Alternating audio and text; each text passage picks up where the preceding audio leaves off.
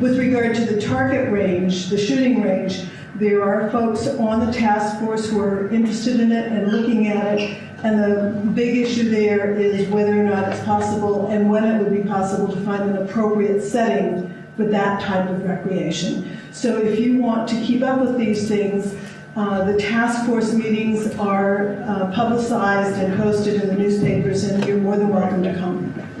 I'm Larry Shea, and I've been leading in recreation in Jackson State Forest for the last 30 years on horseback.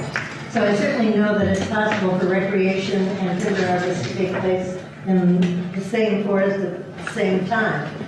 But I think that the thing that I want to comment on was that for a publicly owned entity like Jackson State Forest, I think there is value, and it might not be economic value, but it's owned by the public, and so there's value in what we get out of recreation in the forest. And I think it's important that recreation isn't just considered as, taking away from the value of the forest or not contributing to the value of the forest.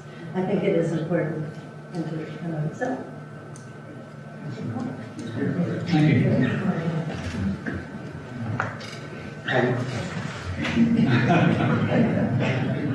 Diversity.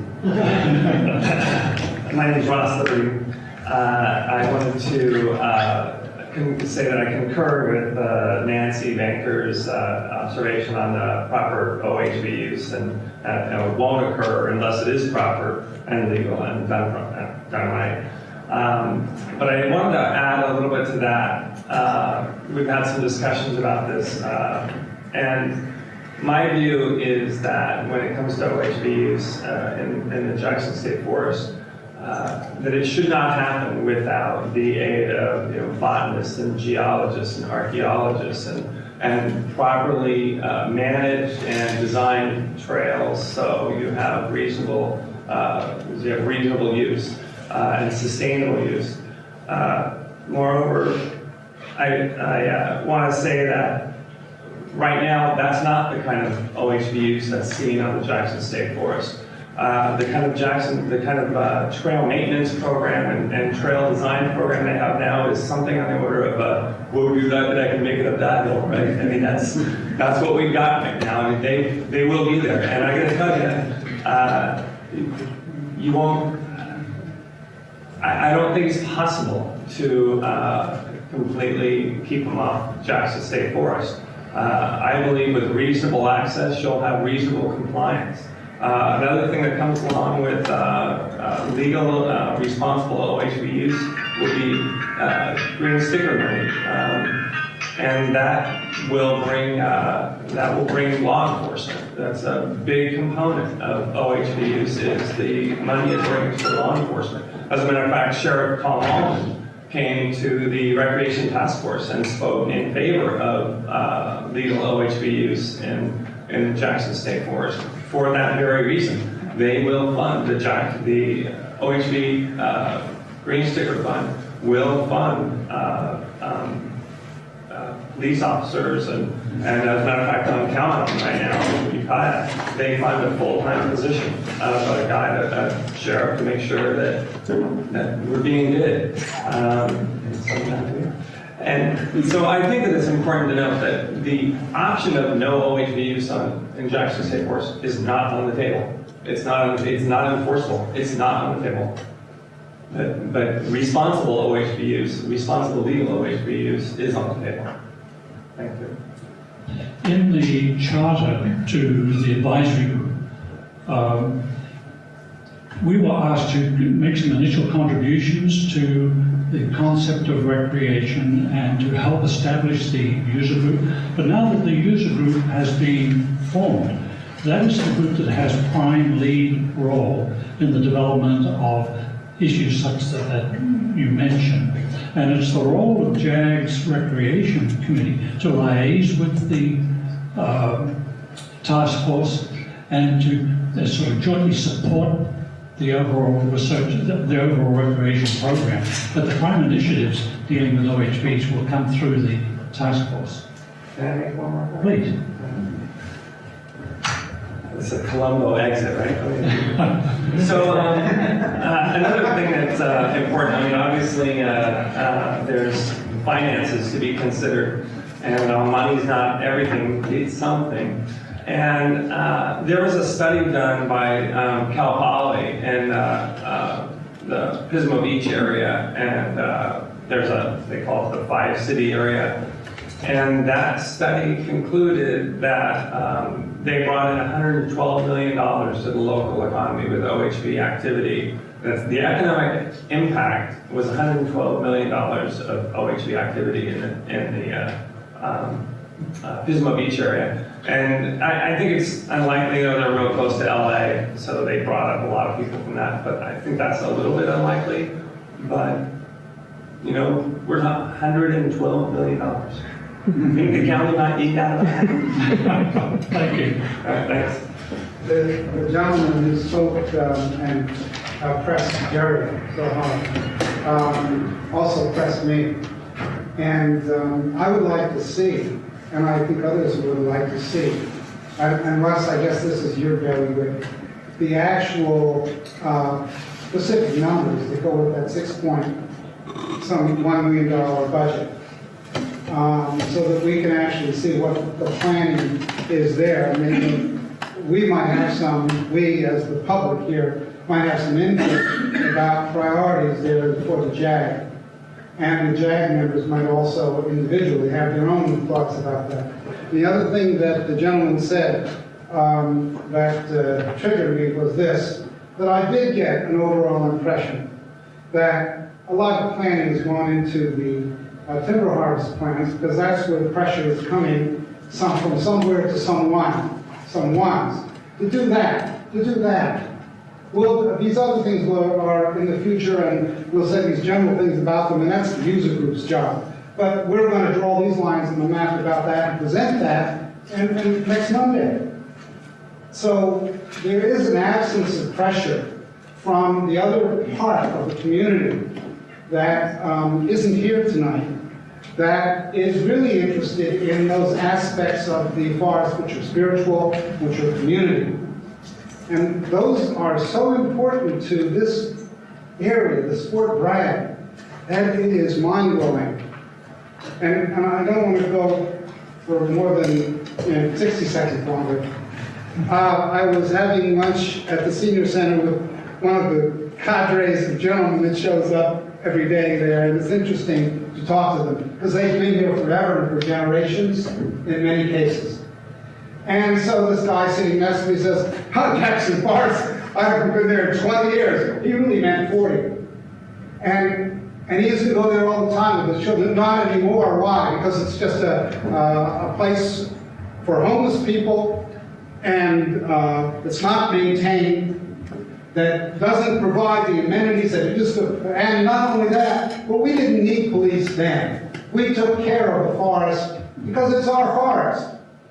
Now, where are these people here? Well, they're not here for one reason, and it's not because of them. The gentlemen and ladies here from the timber industry are here because of their self-interest, and they should be here. But those people who aren't here because they're not part of the conversation. They're not drawn out to demand their place at the table. And I think that's your responsibility. That's our responsibility, really, right? But it's definitely why this priority is the way it is. The people who really should be represented in demanding that those lines be drawn for recreation or whatever aren't here. And they weren't there for the last 6 months or year while the lines were being drawn. That's what got triggered in me when the gentleman spoke. Thank you. I think you'll find that the values that you just been describing are shared very broadly.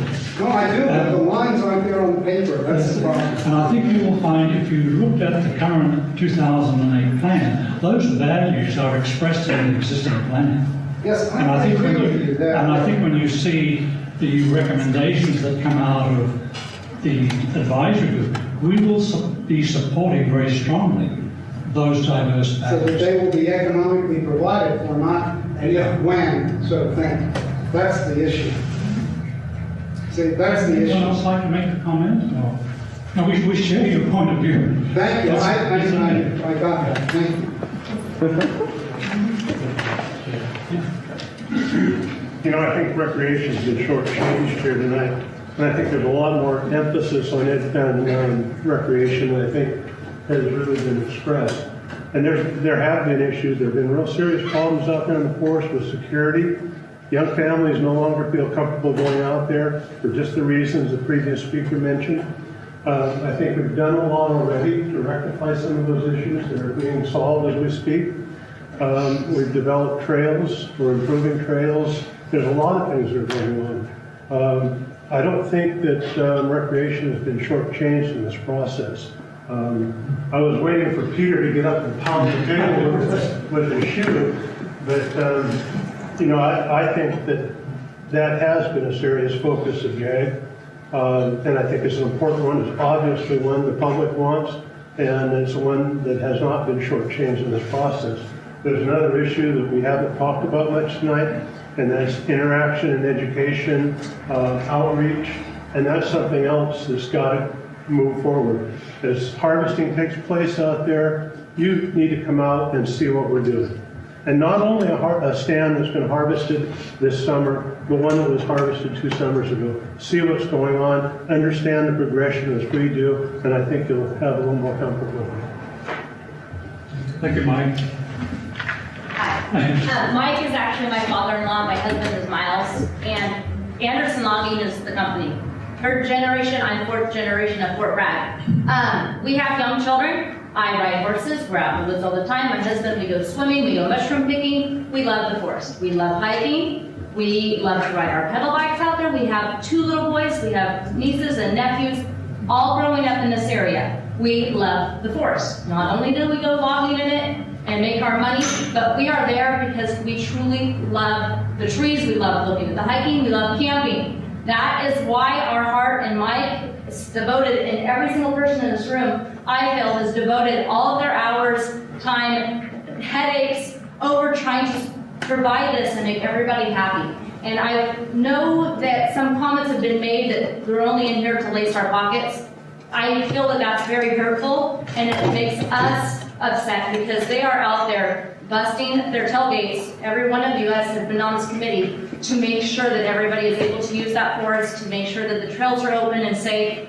And I go out there with the kids all the time. Miles, Stacy, every single one of us loves it, and we're out there to use it, and that's why we're here tonight, is to make sure it's able to happen and it's there for the future. And it just was kind of hurtful to say that Chris Baldo and Mike and all of us don't truly care about it, and we do. And I just want to make sure that that's expressed, that we're in there for all the right reasons and the same exact reasons.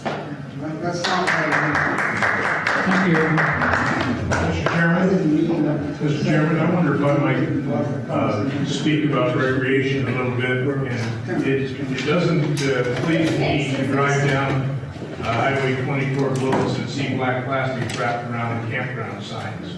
I think that the recreation program needs to be funded at a level where it's actually sustainable, and it is not now.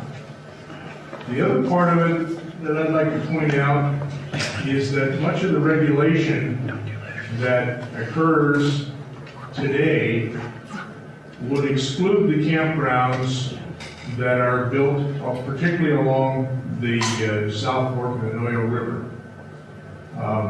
I came to work for Union Lumber Company here in 1966, and in 1967, the company bought a timber sale in the vicinity of Camp 1 in the South Forks of the Noyo River, where the egg taking station is. And we had a contractor, a fellow named A.J. Gray, who, much like Mike Anderson, logged that timber sale, and a provision of that timber sale was to build the roads and trails and flatten out the campgrounds along the South Fork of the Noyo River. There is no way today, if you were to submit that project with a timber harvest plan, that you get away with it. It not only is inconsistent with the management plan, but it's inconsistent with the rules that timber operators have to abide by. One of my objections to some of the statements about the state forest staff is that they don't care about recreation, and they do. They simply need to be funded at a sustainable level, and they simply need to be allowed to maintain what has been put in up to this point, and maybe have the freedom to expand that. Thank you. I recognize that the time is moving along. It's, I don't want to take a complete night, but I would certainly not want to cut this off while there are people wishing to make a comment or ask a question, but I want to be sensitive to your own personal time. So if you would like to make a comment or ask a question, please come forward. Could I make one more quick comment? Because Maybe unless you might. Ron could ask anybody here that's interested in being on the mailing list for the Recreation Committee meetings, so they can come and voice their concerns there. Yeah, I think that we've already heard that Nancy and others have welcomed people to participate in Recreation Task Force meetings. And those are locally held about monthly, Nancy? Monthly. Monthly on, you want to let people know when those happen? December 1st. Is that, I believe we just changed our meeting date from the first Wednesday of the month to the first Wednesday of the month, starting December 1st. The meetings are typically held from 4 to 6 in the forestry offices on Highway 1 here in town. And the meetings are always announced in the newspaper and when and are also distributed through the ncn.org listservs when we beforehand as well. And if anyone wants to come and is unsure, I'll be happy to pass out my phone number and email, and you can contact me if you haven't gotten the information. And also those on our CAL FIRE website. Thank you, Greg. Okay, did you want to make a comment? Just that, Could you use the microphone, please? well, no, I was just going to say, I looked at this, but if people wanted to make additional comments, where and who specifically do they address them to? You could address them straight to me at helms.berkeley.edu, or you could contact us or any of the staff. Okay, so anyone that has comments Anyone on the can staff. contact any Sure, individual. and they will make sure we get it. Well, thank you all so much for coming. I think